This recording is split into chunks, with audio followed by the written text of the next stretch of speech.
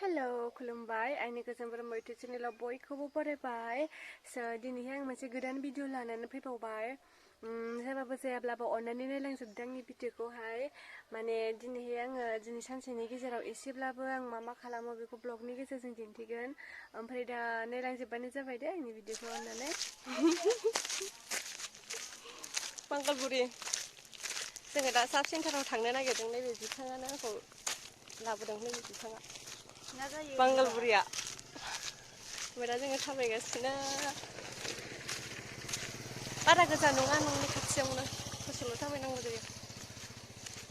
ना नोंथां हाजार सान्दुं गोसाबाबो जों साथा लानाय हुदा गैया गरम बोथोरबाबो साथा लाया जोंहा बहायबा थांनांगौबा एकदम गोलोमफ्रुलायनाय सोमब्ले जालायलायबाबो नै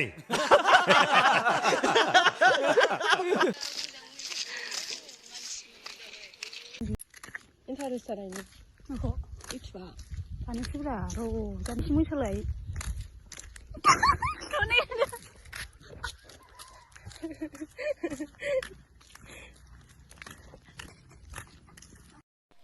मिनि फैनानै थाल मोनलायलायासै माला सफैखो दायो जों सफैबाय गेसनि मुलि लांनांगौ आहाबो दा हाबनोसै आयुष्मान कार्ड आंना दंखायो बानायो ना बेवहाय लोमजानायफोरखौ सेलेन होयो आरो बे रुमफोर दंजोबो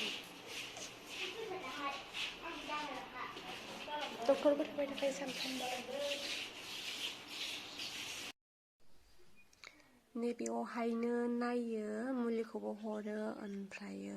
बेवहाय माखासे मुलिफोरखौ मोना आरोना बेवहाय मुलि मोनैफोरखौ रिसिप्ट लिरनानै हरो ओमफ्राय बे रिसिप्टखौ लानानै नैबेयावहाय लांफैनांगौ आरो बेवहाय लायोबा बायनांगौ जायो ओमफ्रायो बेहाय लायोबा फ्रियाव मोनो आरो फैसा होनाङा ओमफ्राय आंबो मोननैसो मुलि लाबाय दा थांनोसै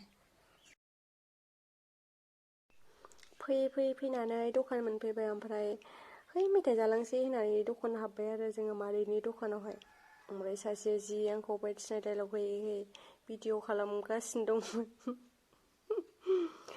ओमफ्रायो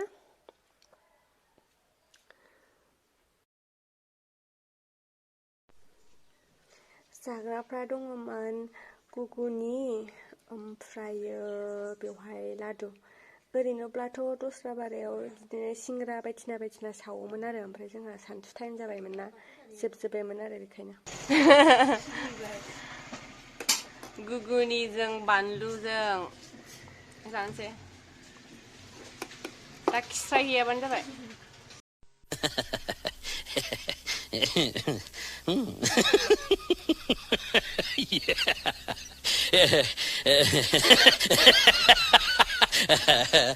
आं साहा लोङामोन मादै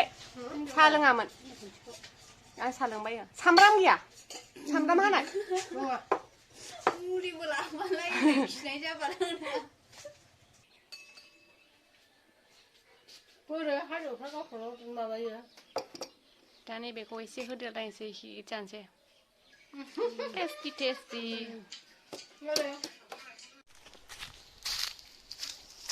आङो दा मोसौ दोहैनो नागिरदों मोसौ दोस्लायहैनो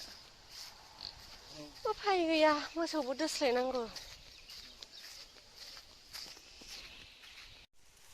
रा फैद' फाग्लि फैद' बेयावनो दोननानै दोननोसै आङो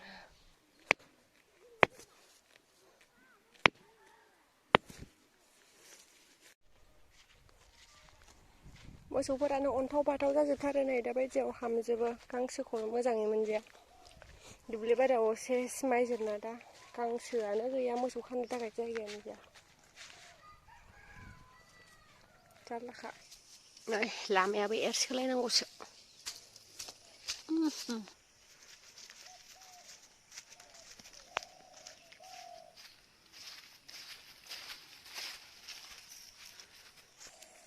नैबेयो जाबाय जोंहानि माइमोन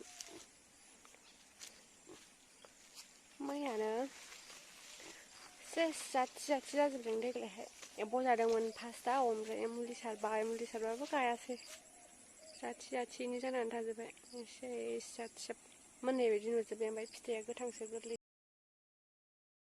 आङो दा थास' बेदर लायनो थांनो नागिरदों माने आं हारसिं नङा आरोना बिमाबो फैगोन ओमफ्रायो आंहा सिगांग्रो जाबोबाय दा थांबाय थानोसै। थास' बेदरखौहाय आंबो बांद्राय जानो गोथाव मोना ओमफ्रायो बिमाया जानो होनबाय थादोंमोन नालाय ना गोरानजों जानो लुगैदोंनो बेनि थाखायनो लांफैदों आरो जोङो।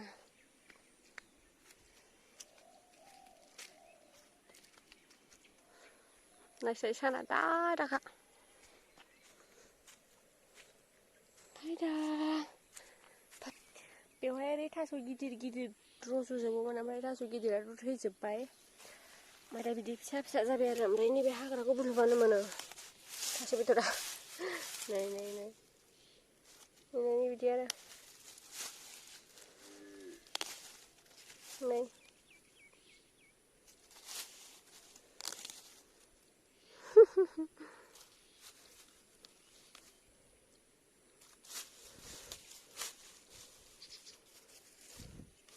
एसे सिङाव थांनायखौ सिखाजों बानायसै।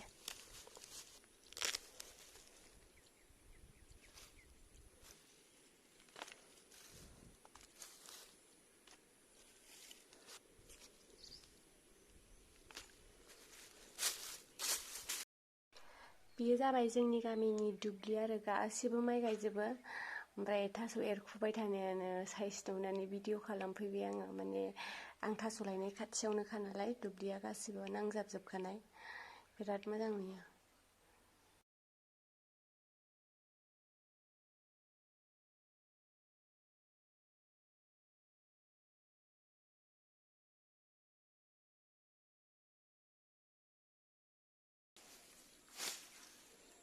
साला खदाल लालायनानै फैखाबाय नै सिखाजोंनो हायो आं सिखा लाबोखाबाय होनहरखाबाय।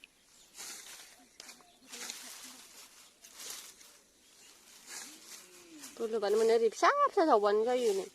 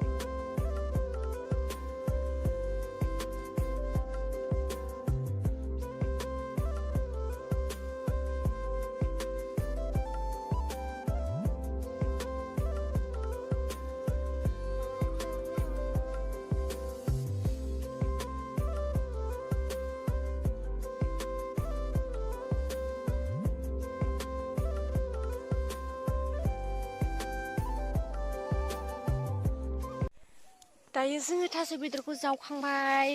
थोबाय नै जोंना बारा बुरजा गैया जाग्राया साथाम बोरायसो खारदो होनबालाय बोरायखौ लानायाबो जानला मोनला लाखादों बिलाइ खथ' गुफुर गुफुर दं थोबाय बेनो। भिडिअखौ बेवहायनो फोजोबबाय जाय जाय मोजां मोनदों like comment share and subscribe खालामना होदो लोगोफोर बाय बाय।